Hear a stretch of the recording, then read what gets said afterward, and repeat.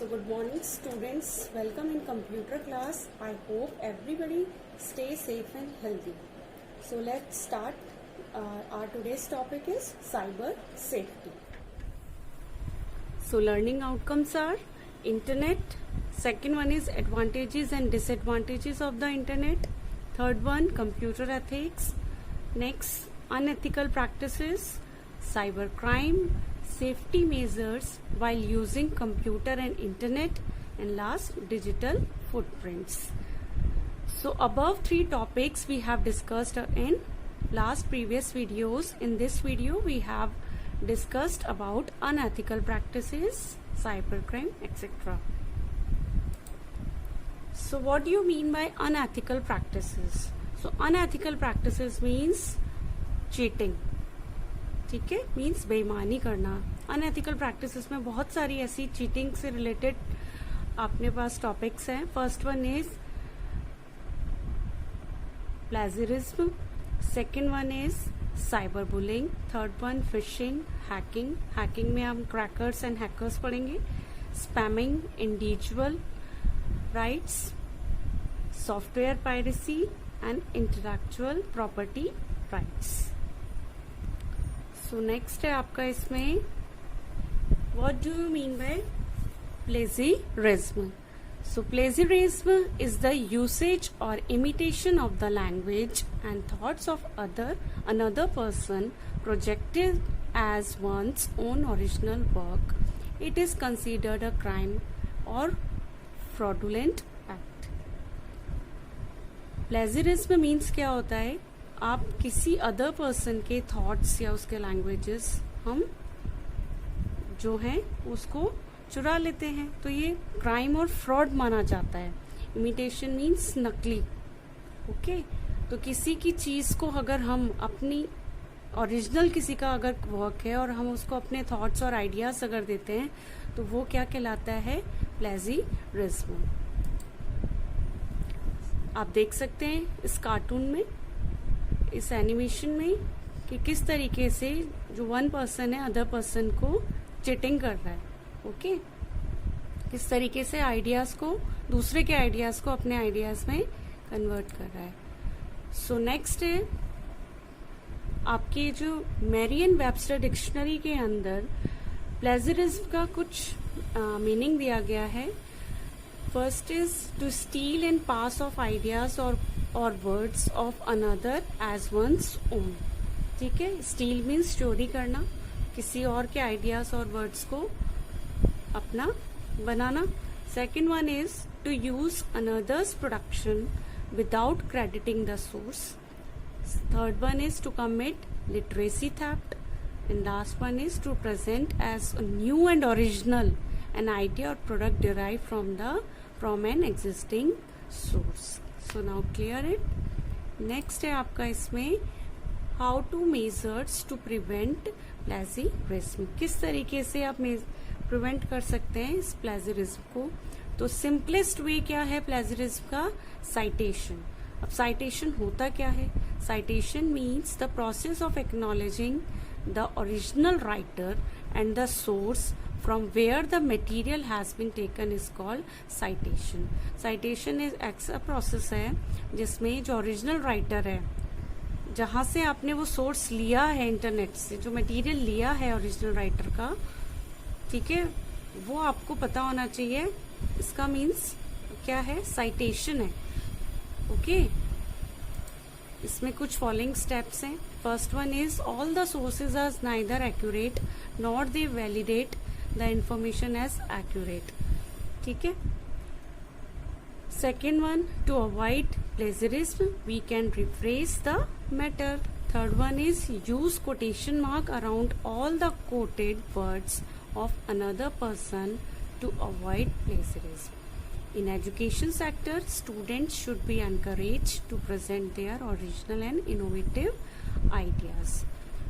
So आपके जो measures prevent है प्लेजरिज्म के अंदर, प्लेजरिज्म कैसे अवॉइड कर सकते हैं, इस चोरी को कैसे हम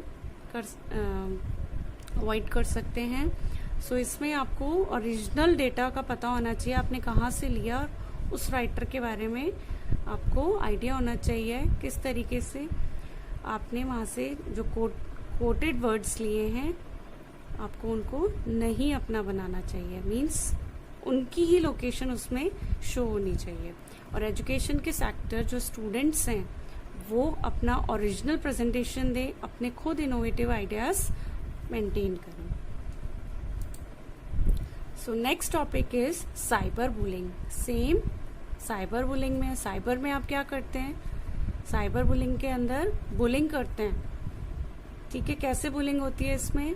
सो definition is it is an act of deliberately harming, harassing and targeting a person by other person using the internet. जब आप इंटरनेट यूज करते हैं तो वन पर्सन अनदर पर्सन को डेलिबरेटली हार्म करता है, हरेस करता है, ठीक है।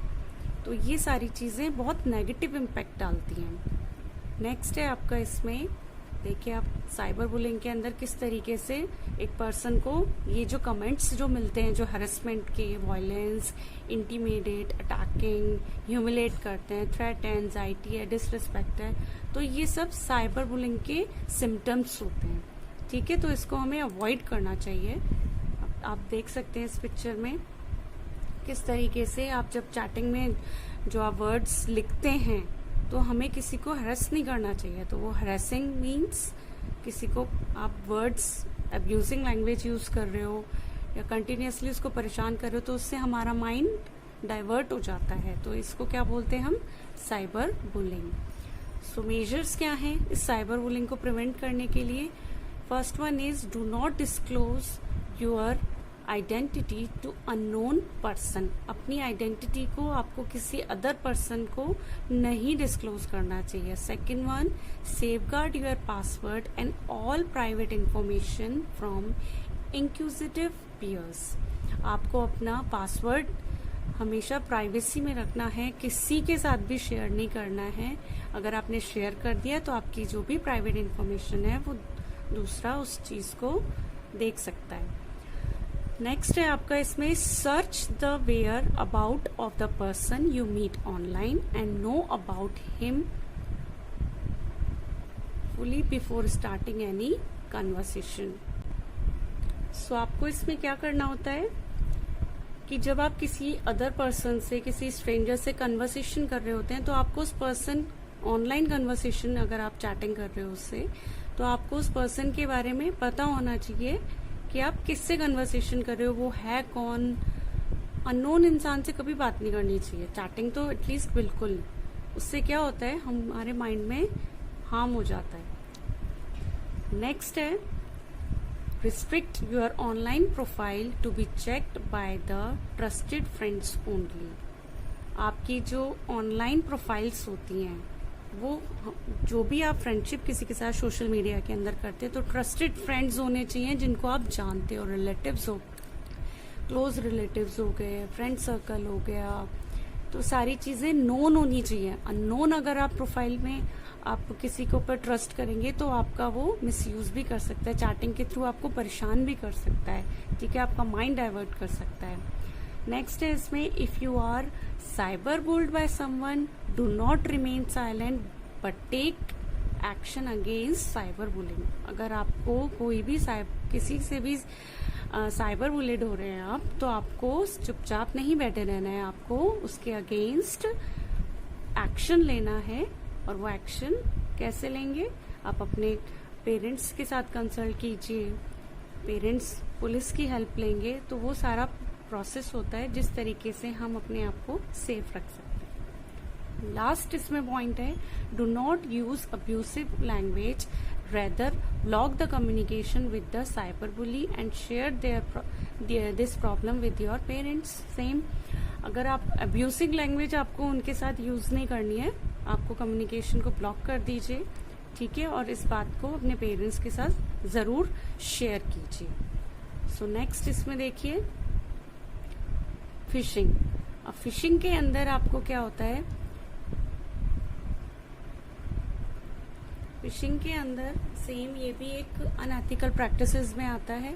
फिशिंग के अंदर डिफाइन होता है, it is an act of sending an email to a user misleading him to believe that it is trusted person or organization User is asked to visit a website in which he is supposed to update or validate the personal details such as your name, password, credit card details, etc. तो आप जब किसी को mail send करते हैं, ठीक है, तो आपको उसका ट्रस्टेड पर्सन को मेल सेंड करना है आपको, या किसी ऑर्गेनाइजेशन को आप मेल सेंड करते हैं तो ट्रस्टेड पर्सन होना चाहिए। ऑफिशियल वेबसाइट एकदम अच्छी होनी चाहिए। अच्छी इन द सेंस आपको फेक वेबसाइट्स पर काम नहीं करना है, ओरिजिनल वेबसाइट्स पर ही आप अपने मेल आईडीज को सेंड करें। ओके।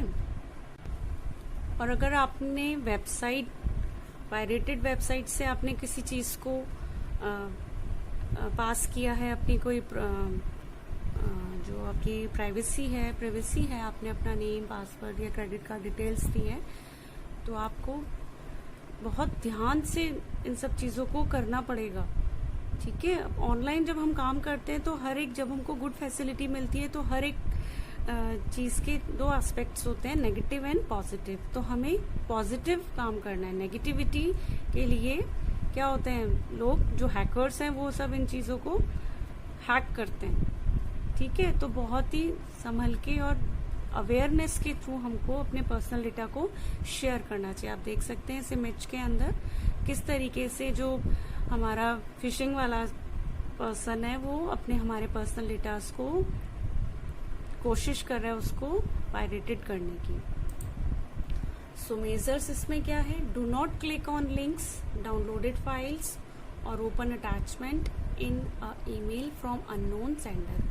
अगर कोई आपको मेल सेंड करता है, अननोन पर्सन है, तो आपको उसके लिंक्स पर क्लिक नहीं करना चाहिए।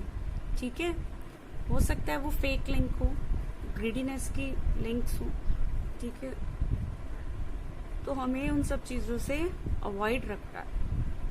नोन ही पर्सन्स की आपको आईडीज को ओपन करना है और किसी भी अननोन आदमी पर्सन के लिंक्स को आपको लिंक ओपन नहीं करना है, उसके अटैचमेंट्स ओपन नहीं करने हैं। अगर आपने ओपन किया है तो उसमें अपनी पर्सनल डिटेल्स आपको नहीं देनी है।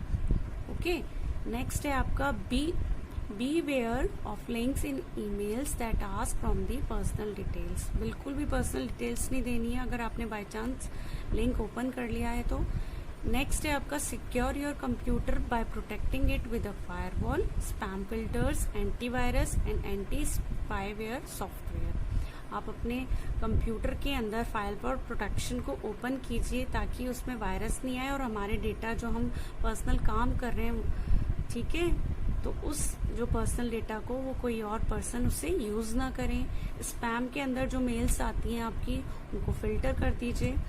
ठीक है। आपको एंटीवायरस डाउनलोड होना चाहिए आपके कंप्यूटर्स के अंदर, सॉफ्टवेयर्स यूज होना चाहिए ताकि हम उन वायरसेस को, लाइसेंस्ड एंटीवायरस होना चाहिए आपके पास, मीन्स परचेज किया हुआ, ठीक है, मनी से। सिंपली आपको डाउनलोडेड नहीं करने हैं फ्री वाले। ठीक है। सिंगल यूजर भी एंटीवायरस आते हैं, मल्टी यूजर भी एंटीवायरस आते हैं। बहुत सारे एंटीवायरस मार्केट में अवेलेबल हैं। आप एंटीवायरस सॉफ्टवेयर को परचेज कीजिए, अपने कंप्यूटर के अंदर इंस्टॉल कीजिए और उसे आगे यूज कीजिए। नेक्स्ट है आपका check your online accounts and bank statement regularly to ensure no unauthorised transaction are made. और अपने, अगर आप ऑनलाइन अगर ऑपरेशंस कर रहे हैं, बैंकिंग ऑपरेशंस कर रहे हो बैंक, और आप उसमें आप अपने बैंक स्टेटमेंट्स रेगुलरली चेक करना चाहिए ताकि कोई अनऑथराइज्ड ट्रांजैक्शन तो नहीं हो गई है। ठीक है। तो ये आपको थॉरोली डेली ऑलमोस्ट चेक करना चाहिए। Thank you so much, students. You have listened this video. In next video, we will discuss next topic.